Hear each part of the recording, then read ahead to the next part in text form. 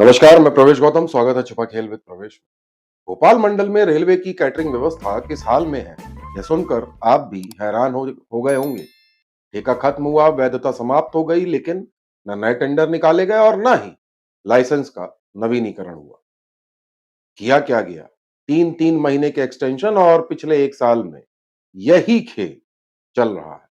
नतीजा, रेलवे को सालाना मिलने वाला लगभग पौने 2 करोड़ का राजस्व टुकड़े टुकड़े में बट गया। ब्याज का फायदा भी खत्म और सीधे करोड़ों का घाटा।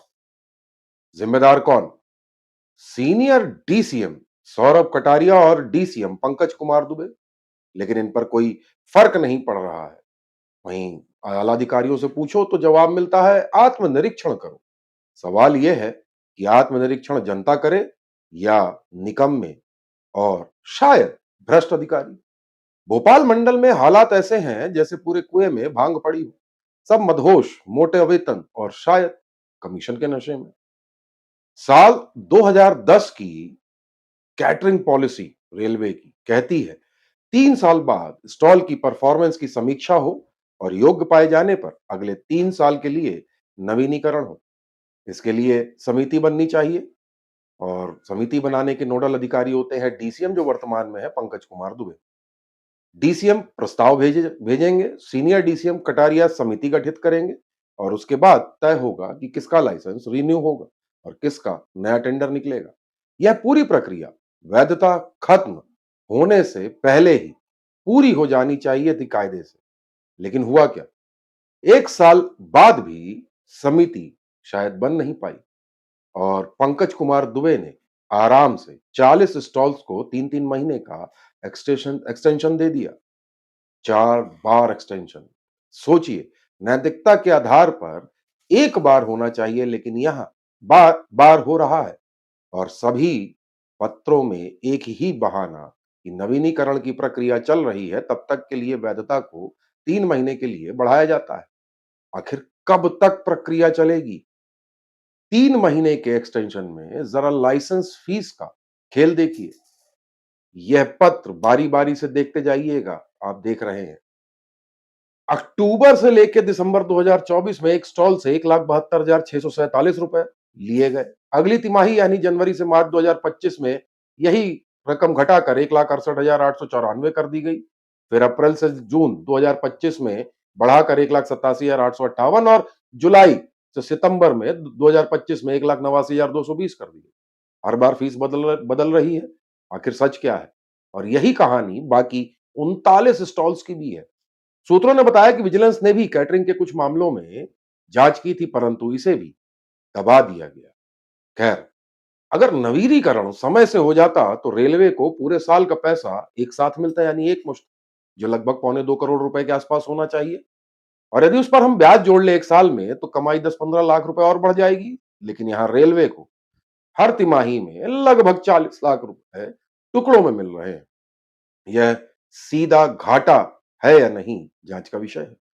सूत्रों का कहना है, इसमें 2 ही वजह हो सकती हैं। पहला, सीनियर डीसीएम सौरभ कटारिया और डीसीएम पंकज कुमार दुबे इस काम के लिए शायद काबिल नहीं है। दूसरा, पूरा खेल किसी निजी हित के लिए खेला जा रहा होगा। अगर पहली वजह सही है तो दोनों को तुरंत पद से हटाना चाहिए और अगर दूसरी वजह सही है तो संबंधित के खिलाफ जांच बैठानी चाहिए। और यदि कोई तीसरी बात है तो जवाब देना चाहिए। असल में सच्चाई और गहरी है। हमारे सूत्र कहते हैं कि अगर समिति बनती और शर्तों की समीक्षा होती तो इन 40 में से ज्यादातर कैटरिंग स्टॉल्स का नवीनीकरण हो ही नहीं सकता था।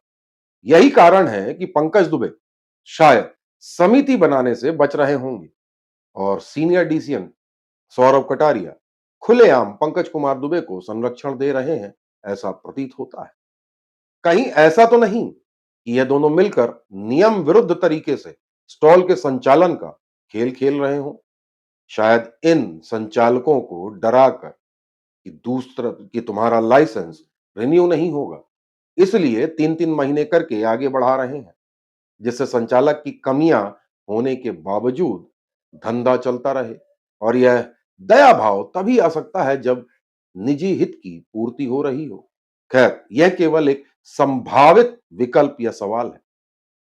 पर मैं मुख्य सवाल ये उठता है कि बिना निजी आर्थिक लाभ के कोई अधिकारी किसी ठेकेदार को बार बार एक्सटेंशन क्यों देगा? और यह भी याद रखिए, अगर किसी को बार बार एक्सटेंशन मिल गया तो वह हाई कोर्ट से स्टे ऑर्डर भी ला सकता है भविष्य में। कोर्ट का स्टे मतलब सालों तक का खेल, तब तक ठेकेदार मौज करेगा, रेलवे का नुकसान होगा और जिम्मेदार अधिकारी या तो रिटायर हो चुके होंगे या प्रमोशन पाकर कहीं और पहुंच चुके होंगे। साफ है, भोपाल रेल मंडल में कैटरिंग का कुछ तो खेल चल रहा है और इस खेल के मास्टरमाइंड लगते हैं शायद सीनियर डीसीएम सौरभ कटारिया और डीसीएम पंकज कुमार दुबे।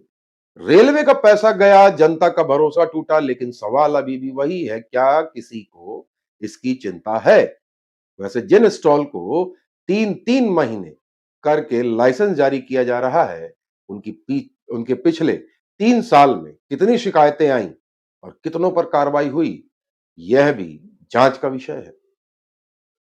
भोपाल डीआरएम पंकज त्यागी और पश्चिम मध्य रेलवे के पीसीसीएम मनीष तिवारी को जब हमने सवाल भेजा तो खबर दिखाए जाने तक उनका कोई जवाब नहीं आया था। हालांकि पश्चिम मध्य रेलवे के सीपीआरओ हर्षित श्रीवास्तव से दिन भर में 3-4 बार मेरी बात हुई। हर बार उन्होंने कहा भोपाल मंडल के सीनियर डीसीएम से जवाब मांगा है, जैसे ही वो जवाब देते हैं आपको हम दे देंगे, लेकिन अभी तक कोई जवाब आधिकारिक रूप से रेलवे की तरफ से नहीं आया है।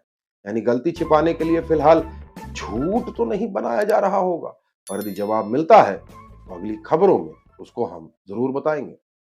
फिलहाल इसी कैटरिंग के खेल से जुड़ा एक और खुलासा होगा अगले एपिसोड में, वो भी दस्तावेजों सहित।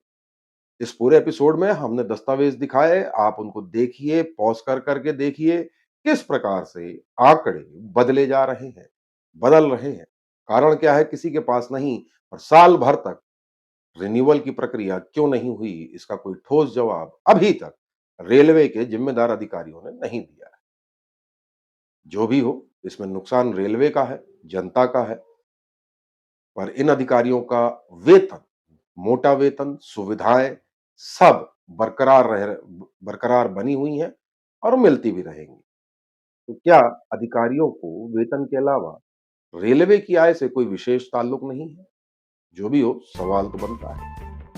बहरहाल हमारा प्रयास कैसा लगा जरूर बताइएगा। चैनल को लाइक शेयर सब्सक्राइब करना बिल्कुल न भूलें। बहुत बहुत धन्यवाद।